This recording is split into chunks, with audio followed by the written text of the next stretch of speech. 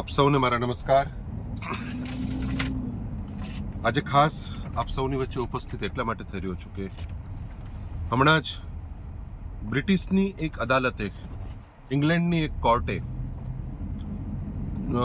એ કોર્ટની અંદર જે કોવિશિલ્ડ નામની જે રસી હતી, જે કોરોના વખતે આપણને સૌને આપવામાં આવી છે, આપ સૌને કદાચ ખબર હશે, ઘેર ઘેર આવીને આપણને બધાને એક કોરોના વિરુદ્ધની એક રસી આપવામાં આવતી હતી. અને એ રસી બનાવતી એક કંપની, જે કંપનીનો કેસ એ ઇંગ્લેન્ડની એક કોર્ટમાં ચાલતો હતો, અને એ ઇંગ્લેન્ડની કોર્ટની અંદર જ્યારે આ કેસ ચાલ્યો ત્યારે આ કંપનીએ એવું સ્વીકાર્યું કે અમારી જે રસી લેવાના કારણે લોકોને હાર્ટ એટેક અથવા કાર્ડિયક એરેસ્ટ આ થવાના ચાન્સીસ છે. અને એનો મતલબ એવો સાબિત થયો કે જેણે આ રસી લીધી છે એવા લોકોને લોહીની અંદર ગઠ્ઠા થઈ જવા કે પછી એને જે પ્લેટલેટ્સ છે કાઉન્ટ એ એકદમ લો થઈ જાય, અને આના કારણે લોકોના મૃત્યુ થઈ શકે. આ પ્રકારની સ્વીકૃતિ જે કોવિશિલ્ડ બનાવતી હતી, ખાસ કરીને એ કંપની, ક્રાયોજેનિક જે કંપની છે, એ કંપની દ્વારા ઇંગ્લેન્ડની કોર્ટમાં સ્વીકારવામાં આવ્યું. હવે આ સંદેશાને લઈને સમગ્ર વિશ્વમાં હલચલ છે, અને ખાસ કરીને ભારત દેશમાં આપણે ખાસ થવી જોઈએ. મને આપને સૌને જણાવવું છે કે કોવિડ પછી અનેક ગામડાઓમાં હું ખૂબ ફર્યો છું, અને હાલ પણ આપણે ઘણા બધા ગામડાઓની મુલાકાત લઉં છું મારા મિત્ર વિસ્તારની, અને લોકોના બેસણામાં ખાસ કરીને જાઉં તો હું પૂછું કે શું થયું હતું, કેમ મૃત્યુ પામ્યા હતા. ત્યારે મોટા ભાગના 90% કિસ્સાની અંદર પરિવારજનો એવું બતાવ્યું કે બાપાને કે દાદીને કે યુવાન છોકરાને કે હાર્ટ એટેક આવ્યો હતો. કંઈ નહોતું, ખાલી બેઠા હતા અને કે મોઢું પડી ગયું અને માણસ ગુજરી ગયા. કંઈ નહોતું, થોડુંક હજી તો કહેતા હતા મને થોડી તકલીફ થાય છે, અને હજી તો દવાખાને રસ્તામાં લઈ જતા હતા, એક્સપાયર થઈ ગયા. આવા 90% કિસ્સાઓ હાર્ટ એટેકના મને મારા દસાડા વિધાનસભા મત વિસ્તારમાં જોવા મળ્યા. અને રોજના રોજ ટપોટપ માણસો મરતા હતા હાર્ટ એટેકના કારણે. જે રીતે કોરોનાની અંદર લોકો મરતા હતા એના કરતાં પણ વધારે ગામડાઓની અંદર ફટાફટ લોકો મરતા હતા. અને ત્યારે લોકોને ખબર પડતી નથી કે શું થઈ ગયું. સાજા એકદમ સ્વસ્થ હોય, સાજા નવરા હોય, કોઈ પ્રોબ્લેમ ના હોય, અને એમાં ખાસ કરીને યુવાન વયના છોકરાઓ, મોટી ઉંમરના તો ખૂબ લોકોના મૃત્યુ થયા, પણ યુવાન દીકરા દીકરીઓના પણ આ હાર્ટ એટેકના કારણે, અગાઉ એને ક્યારેય કોઈ રોગ ડિટેક્ટ થયો ના હોય, કોઈ દિવસ હાર્ટની પ્રોબ્લેમ ના હોય, ડાયાબિટીસ ના હોય, હાઈ બીપી, લો બીપી ના હોય, તેમ છતાં આવા લોકોના મૃત્યુ હાર્ટ એટેક અને કાર્ડિયક એરેસ્ટના કારણે થયા છે. અને ત્યારે જ ખૂબ ચિંતાનો વિષય હતો કે આજુબાજુ આપણે ક્યાંય કોઈને પણ પૂછીએ, રાજ્યમાં પૂછીએ, ત્યારે ચર્ચા ચાલુ થઈ ગઈ હતી કે અચાનક દેશની અંદર આટલા બધા માસ લેવલે હાર્ટ એટેકના કિસ્સાઓ કેમ બનવા માંડ્યા છે, કાર્ડિયક એરેસ્ટના કિસ્સાઓ કેમ બનવા માંડ્યા છે. લોકો કાર્ડિયક એરેસ્ટને હાર્ટ એટેકને સેમ ગણે છે, પણ એકદમ આમ બેઠો હોય માણસ, કંઈ ના હોય ને મોઢું પડી જાય, અચાનક માણસ સીધું મૃત્યુ થઈ જાય, એ બધા કાર્ડિયક એરેસ્ટના કિસ્સાઓ હોય. અને ત્યારે દેશના લોકોને ચિંતા થવા માંડી કે ભાઈ ખરેખર કારણ શું છે. પરંતુ આપણે તો ભાજપની સરકાર કેન્દ્રની અંદર આની અંદર કોઈ સંશોધન કર્યું નહીં, કોઈ એની ઉપર તપાસ ના કરી. અને એમના આરોગ્ય મંત્રી મનસુખ માંડવીએ એક દિવસ ટીવી ઉપર આવીને એટલું કીધું કે ભાઈ જેને કોવિડ થયો હતો એ લોકોએ હમણાં 2-3 વર્ષ કોઈ સખત મહેનત કરવી નહીં, બહુ દોડદાડ કરવી નહીં, બહુ એક્સરસાઇઝ કરવી નહીં, નહીંતર તમને હાર્ટ એટેક થવાની શક્યતા છે. આવી સાવચેતી લેવાની વાત એ મનસુખભાઈએ વાત કરી, પરંતુ એના ઉપર જે સંશોધન થવું જોતું તે થયું નહીં. આની પાછળનું કારણ શું?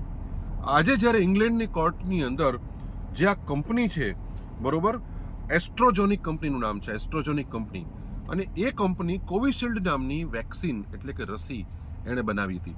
અને ભારતની અંદર જે સિરમ ઇન્સ્ટિટ્યૂટ જે કરીને છે કંપની, એને આ દવા બનાવવાનો કોન્ટ્રાક્ટ મળ્યો હતો. ભારતની અંદર 175 કરોડ ડોઝ, 175 કરોડ ડોઝ એ દેશના લોકોને આપવામાં આવ્યા હતા, અને એની અંદર મોદી સાહેબનો ફોટો ચોંટાડીને આપતા હતા. આ હમણાં જે સુપ્રીમ કોર્ટની અંદર ઇલેક્ટ્રોલ બોન્ડ્સનું જે કૌભાંડ ખુલ્યું, એની અંદર ખબર પડી કે આ જે સિરમ ઇન્સ્ટિટ્યૂટે ભાજપને 52 કરોડ રૂપિયા આપ્યા છે. આ 52 કરોડની અવેજમાં ભાજપ સરકારે જે ભારત સરકારની ભારત બાયોટેક જે હતી કંપની, જે કોવેક્સિન નામની રસી બનાવતી હતી, એને એકદમ નિરુત્સાહ કરી દીધી અને બધી જ આ રસી બનાવવાનો કોન્ટ્રાક્ટ, મોટાભાગની રસી 80% રસી એ આ કોવિશિલ્ડ જે એસ્ટ્રોજેનિક કંપની છે એણે જે ભારતની અંદર સિરમ ઇન્સ્ટિટ્યૂટને જે એણે કામ સોંપ્યું હતું એની રસી દેશમાં 175 કરોડ ડોઝ એ આ કંપની દ્વારા લગાવવામાં આવ્યા. અને એના કારણે આજે જે લોકોમાં એક ડર વ્યાપિત થઈ ગયો છે. હજી આપણે લોકોએ એટલું બધું ડરવાની જરૂર નથી, પરંતુ જે પ્રકારે ટપોટપ જે મૃત્યુ થતા હતા, કોરોનામાં પણ નતા મૃત્યુ થયા, એના કરતાં વધારે એમ લાગે છે કે દેશની અંદર આ હાર્ટ એટેક અને કાર્ડિયક એરેસ્ટથી લોકોના મૃત્યુ થયા છે.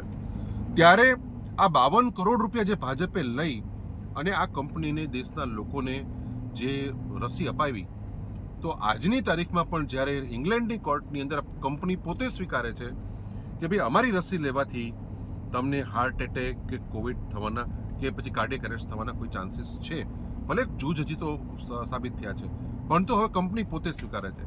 પરંતુ ભારતની ભાજપ સરકાર 52 કરોડ લઈને બેઠી છે, એટલે હવે આ કંપનીની કોઈ તપાસ કરશે નહીં, કે કોઈ તપાસની હજી સુધી કોઈ પહેલ કરી હોય એવું બન્યું નથી. મોદી સાહેબે પોતે આપણે ટીવીમાં જોયું કે મોદી સાહેબ પોતે રસી લઈ રહ્યા છે, એટલે દેશના લોકોએ રસી લેવી જોઈએ. પરંતુ એમણે કઈ રસી લીધી હતી? ભારતની અંદર જે બનેલી રસી હતી, ભારતની અંદર જે બનેલી વેક્સિન હતી, કોવેક્સિન, જે ભારત બાયોટેક દ્વારા બનાવવામાં આવી હતી, પોતે રસી લે છે અને દેશના લોકોને આ કોવિશિલ્ડ નામની એ રસી આપવામાં આવી છે. અને આના કારણે આજે લોકોમાં એક ડર વ્યાપી ગયો છે. સરકારે આગળ આવીને આની તપાસ કરાવવી જોઈએ, પરંતુ ભાજપ સરકાર, આપણને નથી લાગતું કે તપાસ કરાવશે. કારણ કે શું જરૂર હતી કે જે રસી આજે ડાઉટફુલ થઈ ગઈ છે એ રસીવાળાએ ભાજપને 52 કરોડ રૂપિયા ડોનેશનમાં આપ્યા. તો આના ઉપરથી આખો ખેલ સમજમાં આવે છે કે જે પ્રકારે પેલા BSNL ચાલતું હતું અને BSNLને સાવ ખતમ કરી અને જે જીઓને આસમાન ઉપર પહોંચાડી દીધું છે, આ જ ખેલ રસીની અંદર પણ થયો હોય તેવું લાગે છે કે ભારતની અંદર આપણી ભારતની વૈજ્ઞાનિકોએ વિકસાવેલી રસી, એણે જે સંશોધન કરીને વિકસાવેલી રસી હતી કોવેક્સિન, એ કોવેક્સિનનો પ્રચાર ઓછો થયો અને જગ્યા ઉપર કોવિશિલ્ડ નામની રસી લોકોને લગાડવા માટે પ્રોત્સાહિત કરવામાં આવ્યા, ફરજિયાત કરવામાં આવ્યું. તમારે ક્યાંય પણ જવું હોય તો પેલું કોરોનાનું વેક્સિનનું તમારી પાસે સર્ટિફિકેટ ન હોય તો તમને હોટલમાં એડમિશન ન મળે, તમે એરપોર્ટમાં ના જઈ શકો, તમે ફ્લાઇટમાં ના બેસી શકો, તમે રેલવેમાં ના જઈ શકો. લોકો માટે એક પેનિક થઈ ગયું હતું, લોકો માટે ડર થઈ ગયો હતો કે ક્યાંક જવું હોય તો તમારે પહેલાં રસી લેવી પડે. મેં પોતે પણ કોવિશિલ્ડ લીધેલી છે, મારું પોતાનું સર્ટિફિકેટ પણ કોવિશિલ્ડનું છે. મને પણ આજે ચિંતા થઈ રહી છે કે આ ભાજપ સરકારના રાજની અંદર કોઈના ઉપર ભરોસો કરી શકાય એવું છે નહીં. અને આજે જ્યારે લોકસભાની ચૂંટણી આવી રહી છે, બરોબર એ જ સમયે આ બધી ઘટનાઓ ઘટી આપણી સામે નજર સમક્ષ આવી છે. એક જાગૃત મતદાતા તરીકે આપણે સૌએ ભાજપના જે કારસ્તાનો છે એને આપણે બધા ઓળખવા જોઈએ કે પોતે ચૂંટણી ફંડના નામે કરોડો રૂપિયા લઈ અને જે પ્રકારે દેશના લોકોની આંખમાં ધૂળ નાખી છે, એ ખરેખર નિંદનીય કાર્ય છે. ખરેખર એને જેટલા કડક શબ્દોમાં વખોડી કાઢીએ એટલું વખોડી કાઢી શકાય. આજ તમે જુઓ છો કે ભાજપના નેતાઓના કેવા કૌભાંડો બહાર આવી રહ્યા છે. આજે જે ભાજપના સહયોગી દળ, બરોબર, એનો એક નેતાની પણ અશ્લીલ વિડીયો, અનેક સ્ત્રીઓ સાથેના એના દુષ્કર્મોની કેસેટો આજે હજારોની સંખ્યામાં બહાર પડી છે. આજ તમે જોઈ શકો છો કે જે પ્રકારે બીફ એક્સપોર્ટ કરતી કંપની પાસેથી પણ આ ભાજપ પોતે ડોનેશન સ્વીકારી અને બીજી તરફ ગૌ માતાની વાતો કરવી, હિન્દુ રાષ્ટ્રની વાતો કરવી, આપણને રાષ્ટ્રભક્તિના આપણને સર્ટિફિકેટો વેચવા, અને આ પ્રકારનું મારી દ્રષ્ટિએ તો હું તો એને એમ કહી શકીશ કે જો ભાજપ સરકાર આમાં કંઈ કરતી નથી તો એ ચોક્કસથી પછી એ પણ રાષ્ટ્ર વિરોધી કૃત્યો ગણાશે. દેશના કરોડો લોકોના જીવ સાથેનો આ કિસ્સો છે, માટે તમામ લોકોએ આમાં જાગૃત થવાની જરૂર છે. સીધી રીતે કોઈ ડરવાની જરૂર નથી તાત્કાલિક. મેં પોતે પણ કોવિશિલ્ડ લીધેલી છે, પરંતુ આપણે બધાએ હવે સાવચેતી રાખવાની જરૂર છે અને ભાજપ સરકાર ઉપર જબરજસ્ત પ્રેશર કરવું પડે કે ભાઈ તમે શા માટે 52 કરોડ રૂપિયા સિરમ ઇન્સ્ટિટ્યૂટ પાસેથી લીધા, અને જ્યારે કોર્ટની અંદર આ કેસ ચાલતો હતો, બરોબર, ત્યારે પણ તમે કેમ જાગૃત ના થયા અને શા માટે તમે તપાસ ના કરી અને શા માટે દેશના લોકો પાસે સત્યતા લાવી અને દેશના લોકો સામે સચ્ચાઈ રજૂ ના કરી? આ બધા જ મોટા પ્રશ્નો ઉપસ્થિત થયા છે. માટે આજે જ્યારે આ સમગ્ર ઘટના થઈ તો મને લાગ્યું કે તમે લોકો બધા ઇન્ટરનેશનલ સમાચારો આપણે મોટાભાગના લોકો જોતા નથી હોતા. હાલનું જે મીડિયા છે આપણે જાણીએ છીએ ગોદી મીડિયા બની ચૂક્યું છે.